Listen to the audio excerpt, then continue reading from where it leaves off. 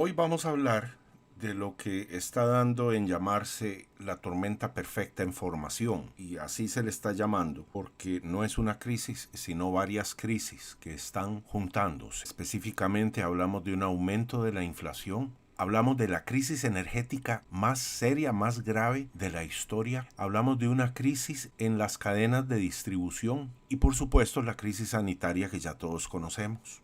Abordemos la inflación. La inflación es el aumento de la masa monetaria que lo que produce es la erosión en el poder adquisitivo de la moneda, con lo cual aparecen los bienes de consumo, su precio empieza a subir sin control. Eso es lo que se conoce como inflación y es lo que estamos empezando a ver. ¿Qué produce la inflación? La producción de dinero nacido del aire, es decir, dinero sin respaldo verdadero, respaldo del oro. También se conoce como dinero inorgánico o dinero fiat. Y bueno, ¿qué es lo que ha pasado? Que solo en el último año se produjo más dinero que lo que se había producido durante 100 años en Estados Unidos. Visto de otra forma, en un año produjeron el 40% de la masa monetaria del país. Bueno, y ocurre que bajo la ley de la oferta y la demanda, la sobreemisión de dinero produce una erosión en el poder adquisitivo de la moneda que ya habíamos mencionado, y llevamos más de 30 años extendiendo la deuda. El aumento de la deuda, la emisión de dinero nacido del aire es prácticamente lo mismo, son dos ángulos de una misma dinámica. También tenemos que considerar entonces la crisis energética. ¿Cuáles son los hechos? Los hechos son desgarradores. Esta información que les voy a pasar es muy preocupante. Al día de ayer, ya hoy bajó un poquito, pero no tanto. El gas natural en Europa había subido 465% en el año. El carbón mineral había subido 239% en lo que va del año. El crudo 56% en el año. El litio 245% en el año. La subida desmedida de todos estos energéticos, obsérvese que de ahí el único que es entre comillas verde es el litio, y el litio está 245% más caro. Otro hecho altamente preocupante es que los invernaderos productores de vegetales en Holanda están cerrando debido al alto costo del gas. Simplemente no pueden operar con esos precios. Otro hecho muy importante que causa alta preocupación es que el gas es uno de los componentes más importantes en la elaboración de abonos. Esto encarecerá mucho el costo de los fertilizantes.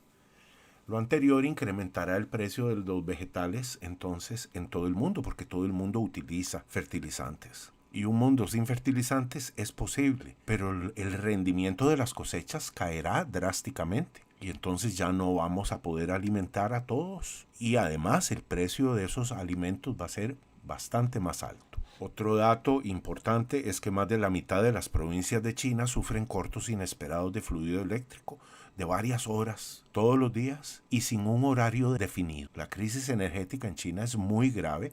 Hace, creo que fue un año, se pelearon entre Australia y China por el asunto de esta pandemia. Entonces China dejó de comprarle a Australia carbón. Australia es el principal productor de carbón del mundo, a lo que entiendo. Y bueno, resulta que hace un par de días tuvo que bajar el moco China y empezar a comprarle carbón a Australia debido a la crisis tan grande que están sufriendo. El hecho de que la economía más grande del mundo, según paridad de compra, que es China, esté sufriendo cortes eléctricos inesperados, no planificados, continuos, en más de la mitad de las provincias del país, nos indica que la crisis ante la que nos enfrentamos es muchísimo más grave de lo que nos están contando. Y ahí están los datos. De nuevo, ¿cómo es posible que el carbón haya subido 239% en lo que va del año?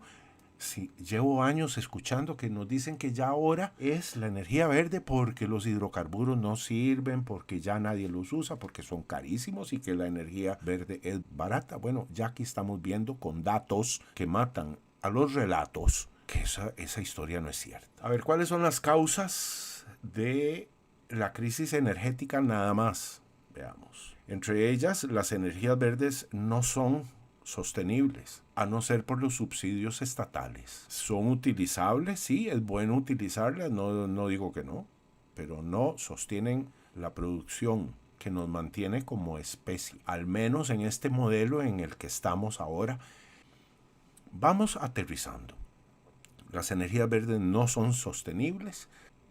Los gobiernos, otra razón, los gobiernos literalmente han castigado el desarrollo de la industria de los hidrocarburos durante muchos años. Esto explica el por qué las refinadoras al día de hoy no están dando abasto.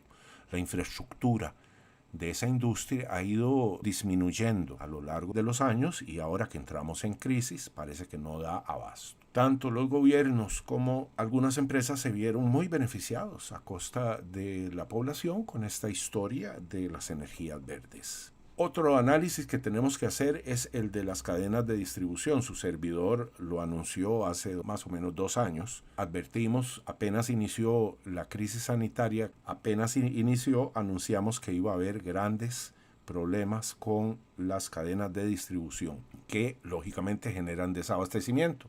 Vamos a explicar un poco esto.